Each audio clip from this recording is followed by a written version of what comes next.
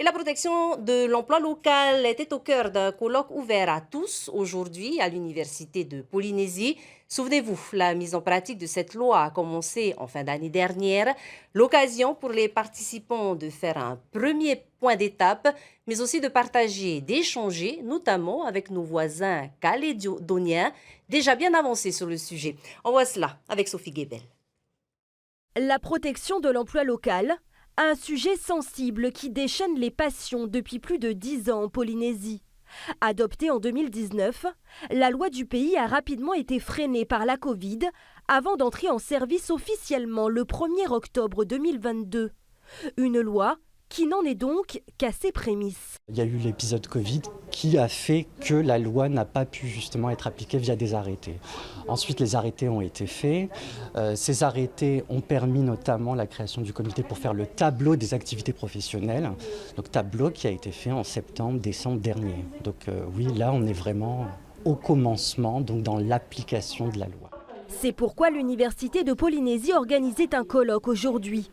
Une réunion pour mieux comprendre et avancer sur cette loi du pays.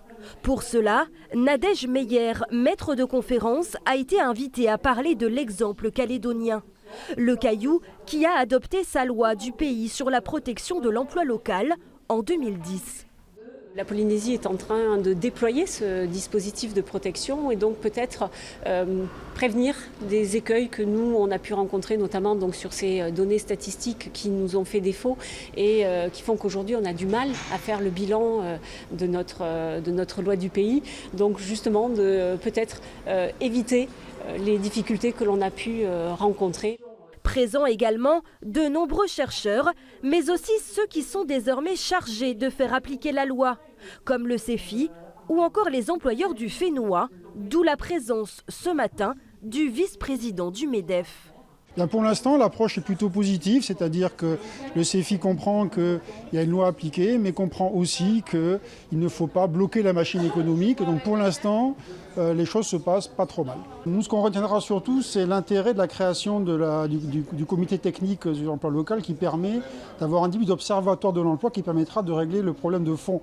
Ce colloque universitaire sera restitué et publié dans un ouvrage. Objectif, que chacun puisse s'en servir pour faire bon usage de la loi sur la protection de l'emploi local.